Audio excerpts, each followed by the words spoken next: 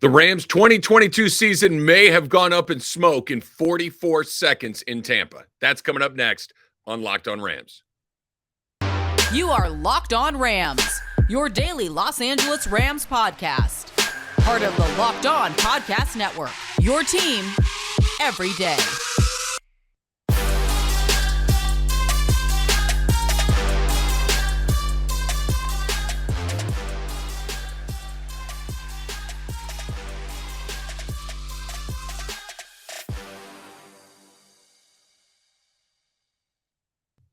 Thanks for making Locked On Rams your first listen every single day, free and available wherever you get your podcasts. My name is Travis Rogers. Thanks for making us a part of what you do. Not only do I host the Locked On Rams podcast, but I also host the Rams pre-half and post-game show on their flagship station, ESPN 710. We get that going a couple hours before each game. And then, of course, we do the post-game show immediately following the conclusion of the contest. To do that with my partner, Kirk Morrison, both the pre and the post-game show. Click that subscribe button in your podcast feed so you get your Rams content every single day. Make sure you check us out on YouTube as well, our Locked On Rams YouTube channel. Here's what we're going to talk about on the pod today. We're going to talk about that fourth quarter disaster in Tampa because it was exactly that. Just an unbelievably ineffective performance by the offense. That's coming up in just a little bit. And by the way, as bad as the fourth quarter was, and it was, that was not the biggest problem in the game. The game started weird, got weird, ended weird, and that's because there was absolutely no energy to speak of by the Rams or by the Bucs, for that matter, for 98% of that game. That's coming up in just a little bit too. But let's start with this. Let me start by reminding you that today's episode of Locked On Rams is presented by PrizePicks. PrizePicks is daily fantasy made easy. Pick 2 to 5 players, and if they score more or less than their PrizePicks projection, you can win up to 10 times your money on your entry. First-time users can receive a 100% instant deposit match up to $100 with the promo code Locked On. That's PrizePicks.com. Your promo code is Locked On. Okay, so let's start right here. The Rams are cooked. I wish it were not true. I wish that there was a path to get to 9 or 10 wins. Mathematically, there still is, but realistically, I think we can see where this team is through 9 weeks of the season. They are 3-5. And their schedule the rest of the way is not filled with light. They don't have to play Buffalo or Dallas or San Francisco anymore, teams that they've already lost to. But let's be honest, seeing what we've seen from the Rams through the first 8 weeks of the season, is there anybody that you think that they're going to have? Okay, we can chalk that up for a win. They're going to win a couple more games. They're not that bad.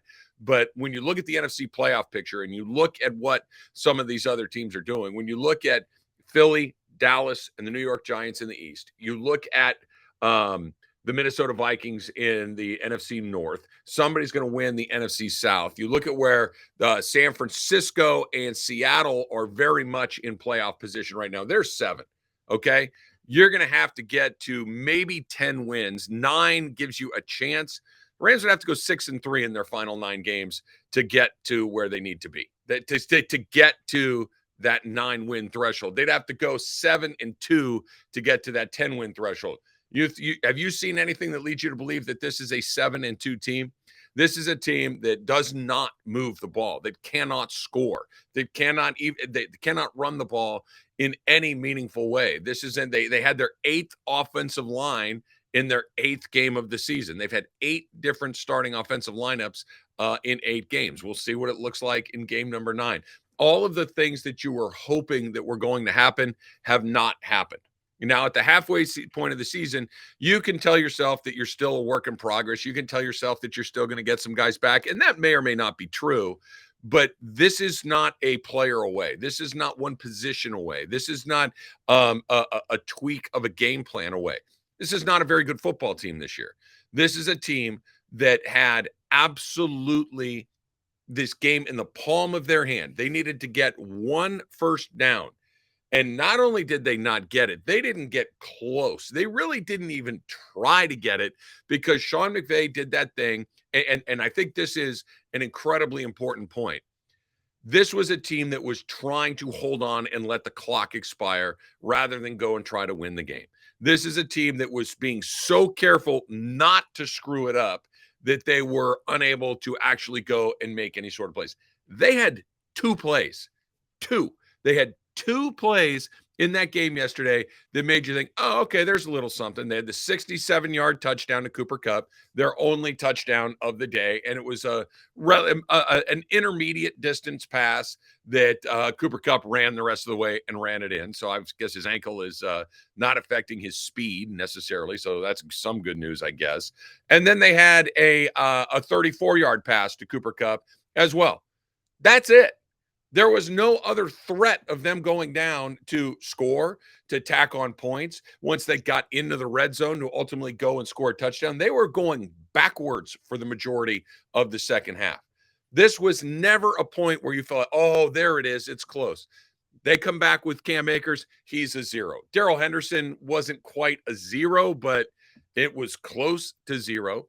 Nobody other than Cooper Kupp did anything offensively. Cooper Kupp had over 100 yards, about 124. The next, I think, is 127. The next closest guy was Allen Robinson with 24.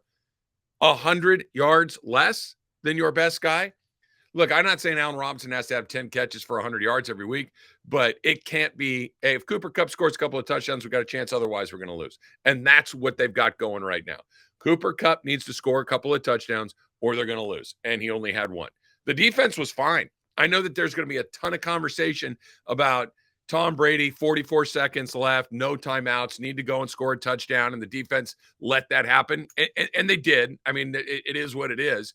But that was a complete failure of offense than it was any sort of breakdown on the defense's part. The defense had a bad 44 seconds. The offense had a bad 3 hours. And that's what it was. There's no spinning it. There's no, well, if this is a bad team. Sean McVay talking about the changes need to be made. We need to think about what we're doing. We can't keep doing the same thing over and over again. This was, look, you could see it coming. They look terrible against every good team that they've played this year. They just look terrible against a bad team. Tampa is a bad football team. Tampa might win that division just because the division is lousy, but they're there for the picking. You wait to see what Seattle does against them next week when they go play in Germany. And I think you're going to get a pretty good idea of A, that Seattle's pretty darn good, and B, Tampa's lousy. Tampa's not a good team, and the Rams couldn't close the show. An incredibly disheartening loss for this team, an incredibly frustrating moment for Rams fans to watch this and know exactly what's going to happen before it happens. Boring, staid, predictable football. That's not what Sean McVay's been known for, and that's exactly what they have on their hands right now. All right, let's talk a little bit about that energy that was not in the building for either team, really, going into week number 9. That's coming up next on Locked On Rams. Have you tried PrizePicks yet? It is a great way to do a little daily fantasy football with your NFL, your college football, whatever you're kind of into. PrizePicks has you covered right there, and it is so easy. It is so much fun. You don't have to play against a million different players. You play against the projections that PrizePick is giving you. For instance, Patrick Mahomes, more or less than 320. Derrick Henry, more or less than 85. Cooper Kupp, more or less than 0.5 touchdowns, right? These are the numbers, and you're deciding whether you think they're going to get more or less than that number. So you pick 2 to 5 players, and if they go on to score more or less than their PrizePicks projections, you can win up to 10 times your money on any entry. No competing against other people. Like I mentioned, it's just you against the projections available, and PrizePicks has it for every sport that you watch. Mention the NFL. NBA, Major League Baseball, well, you're going to have to wait until spring training, I guess. Hockey is all fired up and ready to go. PGA, college football, basketball, you name it, they got you at PrizePicks. Entries can be made in about 60 seconds or less. It is that easy to do it. It is safe and fast to withdraw your money. So what are you waiting for? Download the PrizePicks app. Go to prizepicks.com to sign up and play daily fantasy sports. And first-time users can receive a 100% instant deposit match up to $100 with the promo code Locked On. If you deposit $100, PrizePicks will give you $100. If you deposit $50, PrizePicks will give you $50. So don't forget the promo code Locked On at sign up for an instant deposit match up to $100.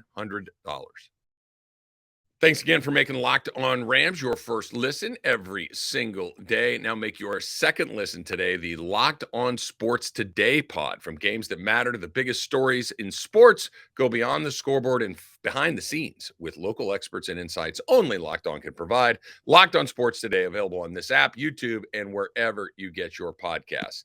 All right, my name is Travis Rogers. Still, you should follow me on Twitter at Travis Rogers.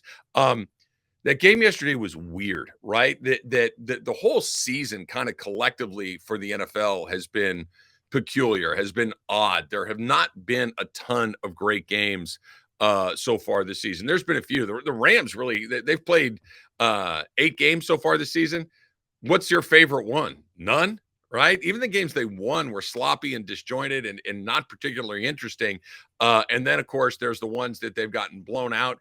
Yesterday was kind of unique in that there was no energy, right? I think everybody, both in Tampa, people watching it at home, the people that I was watching the game with yesterday, I think everybody's kind of in on the fact that Tampa's not very good and the Rams are not very good. And you're watching two teams that have a brand, that have a wrapper, that have some cachet associated with them because they've won the last 2 Super Bowls the way that they had. Tom Brady is still out there, even though he's eating himself or not eating himself into some weird spot. Why do you want to weigh 110 pounds and play the NFL? What do I know? Matthew Stafford is still Matthew Stafford. Kupp is still one of the best in the business. Sean McVay is obviously one of the marquee coaches in this entire league. And that game was a whole lot of nothing yesterday. Bad football. And bad football, not with a bunch of turnovers and sloppy play, just uninspiring. 3 and out, 3 and out, 3 and out, back and forth, back and forth, back and forth, punts. Somebody hits a big play and they can't cash it in. They'll kick a field goal. It was just really ugly football from the beginning. It was really odd. So Cooper Kupp in the first half hits that big play, right? Matthew Stafford connects with him. He's gone up the right side, and it's a 67-yard touchdown to give the Rams the lead. It's an exciting play. Allen Robinson was kind of fired up. Everybody else, you're looking around at the Rams, and it was kind of like, all right, we're ahead. Okay, cool. Wait, how much time's left in this game? Oh, yeah, we're gonna have to get a couple more. I don't think we're gonna be able to run out the clock in the middle of the second quarter. There was no buzz. There's no energy. There's no hype. There's no thing that the Rams really did have all last year. I know I've said this before, but even last November, when the Rams did not win a game in the entire month, they were 0-3, right? They lost to Tennessee, San Francisco, and Green Bay. Boom, boom, boom. Stafford threw a pick 6 in all 3 of those games, and they looked bad. There was life. There was life in that team. There was the frustration of, we're a good football team. What are we doing here? Why do we keep making these mistakes? Why can't we win these games? And when they finally did come out of it in the month of December, starting with Jacksonville, and when they ran the table from there, only lost the 1 game to San Francisco in week 18. They were really good after that. This was a team that you knew was good. This team, you can sense it. You can feel it. They can sense it. They can feel that there's just not that little bounce, that little buzz, that little thing. They know this team's not good. The coaching staff knows this team is not close to turning it around. The players know that this team is not close to turning it around because every last guy on that team, on the offense we're talking about, not on the team. Let me correct that. Every last guy on that offense, other than Cooper Kupp, knows that it's not there. How many little sidearm, little terrible throws did we see Matthew Stafford make yesterday? That's not somebody that's back there bouncing around and ready to go. This is just get that thing out of here. I don't want to get hit. Let's just keep it moving. It's been a disaster. Allen Robinson's been bad. Tyler Higbee's been nowhere. Van Jefferson finally gets on the field for the second week in a row. They finally throw him a ball. He's wide open. It's probably a 40 or 50-yard gain, and it hits him right in the face mask, and he drops it. I mean, this is what they've been dealing with all season long. And I think just the energy from the beginning, this was not at the end when it had finally happened and you gave up the touchdown and the game ends and everybody's disappointed because now you're 3-5 and whatever small hope you had for the playoffs is probably out the window at that point.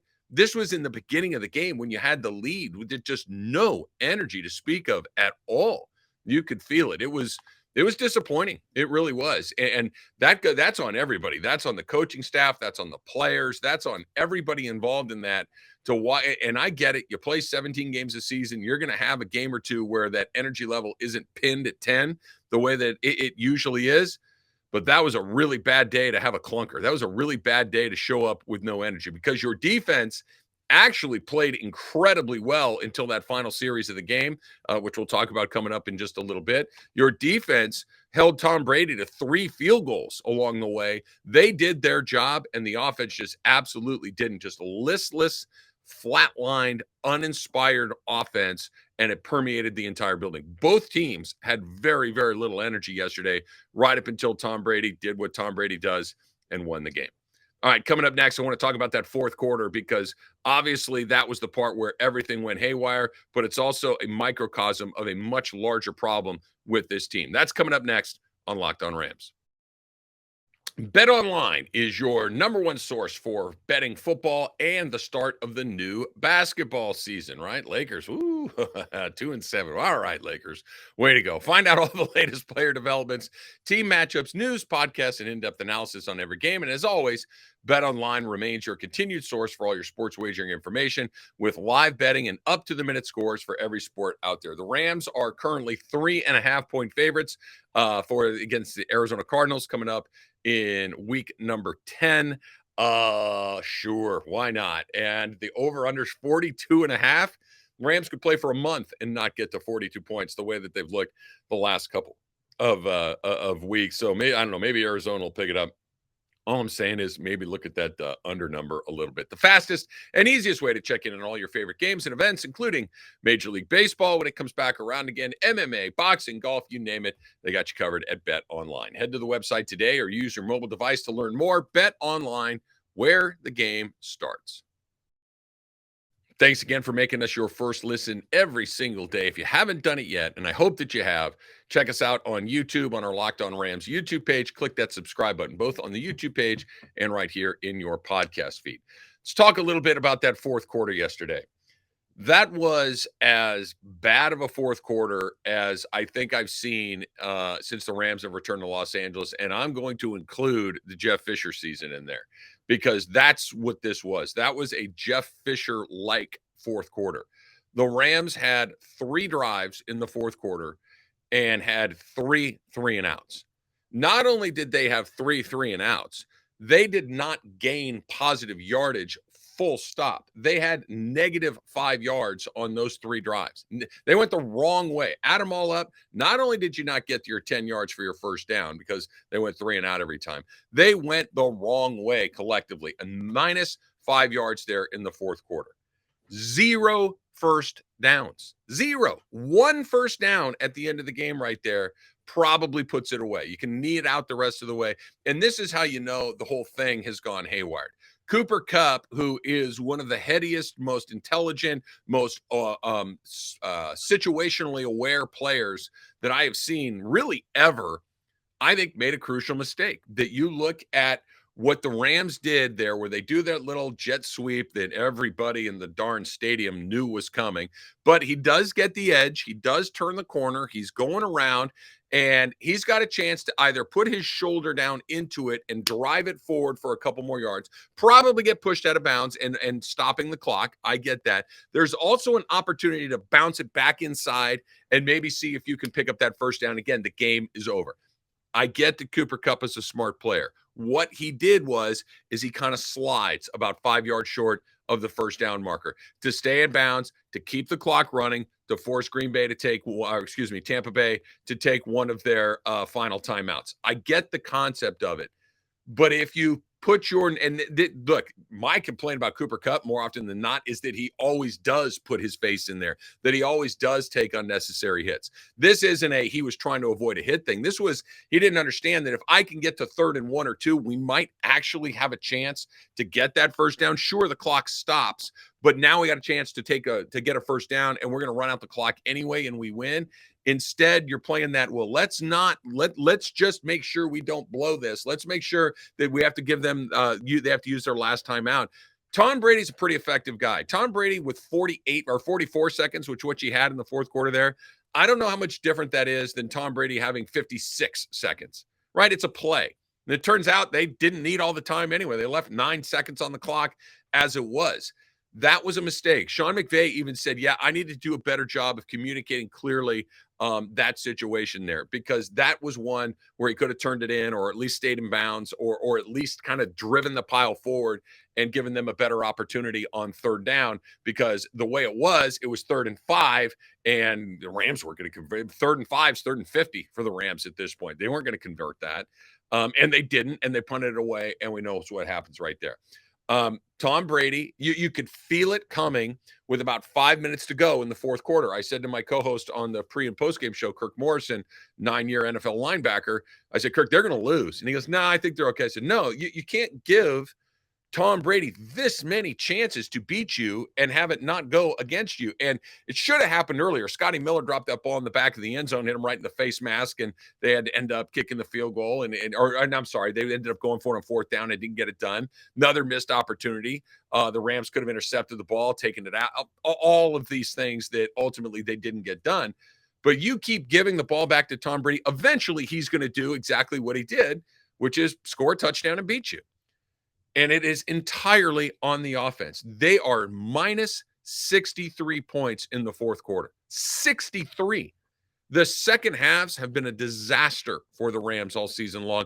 The fourth quarter, much more than that. Nothing more so than yesterday, where they had ample opportunity to put that game away. They couldn't do it because the offense could not move the ball, full stop. Just a terrible, terrible afternoon in Tampa for the team. And while I'm hopeful, or at least, crossing my fingers that the Rams can get hot and that they can win 6 or 7 of their final 9 games and backdoor into the playoffs and we can all have some fun again in January, I don't think so. That felt like the final chapter of this season. They got to play the next 9 games along the way.